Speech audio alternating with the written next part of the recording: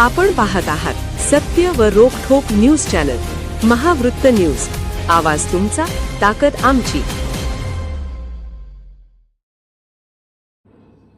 अल्पवयीन मुलीच्या विनयभंग प्रकरणात पोक्सो अंतर्गत गुन्हा, आरोपीला ग्रामस्थांकडून चोप, पोलिसांकडून अटक। जत तालुक्यातील व्हसपेट येथे अल्पवयीन मुलीच्या विनयभंगाच्या गंभीर प्रकरणात जत पोलिसांनी तातडीने कारवाई करत आरोपीविरुद्ध गुन्हा दाखल करून त्याला अटक करण्यात आली आहे।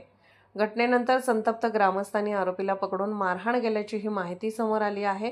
पोलिसांनी दिलेल्या माहितीनुसार 25 जुलै 2024 रोजी दुपारी सुमारे 12:30 वाजण्याच्या सुमारास व्हसपेट येथील आत्याच्या घरासमोरील रस्त्यावर पाण्याच्या ड्रमाजवळ 17 वर्षीय अल्पवयीन मुलगी उभी असताना आरोपी राजेंद्र निंगप्पा दोडमणी व 41 राहणार व्हसपेट तालुका जत याने तिचा हात धरून तिला घरात येण्यास सांगितल्याचा आरोप फिर्यादीत करण्यात आला आहे। यावेळी संबंधित मुलीने प्रतिकार करून आईला हाक मारण्याचा प्रयत्न केला, मात्र आरोपीने तिचा हात जोराने खेचल्याने तिच्या अंगावरील कुर्तीचा पुढील भाग फाटला। या प्रकारामुळे मुलीच्या मनास लज्जा व मानसिक धक्का बसल्याचे फिर्यादीत नमूद करण्यात आले आहे। घटनेची माहिती मिळताच परिसरातील नागरिक मोठ्या संख्येने घटनास्थळी जमा झाले। संतप्त ग्रामस्थांनी आरोपीला पकडून चोप दिल्याचे समजते।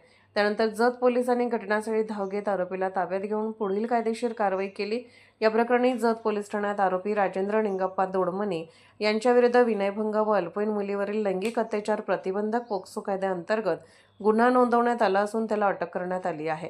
या घटनेचा पुढील तपास पोलीस उपनिरीक्षक जीवन कांबळे करत आहेत। या घटनेमुळे व्हसपेट परिसरात मोठी खळबळ उडाली असून अल्पवयीन मुलीच्या सुरक्षिततेचा प्रश्न पुन्हा ऐरणीवर आला आहे। नागरिकांनी अशा घटनांवर कठोर कारवाईची मागणी केली आहे। महावृत्त न्यूज चॅनलला लाईक करा, शेअर करा आणि सबस्क्राइब करा।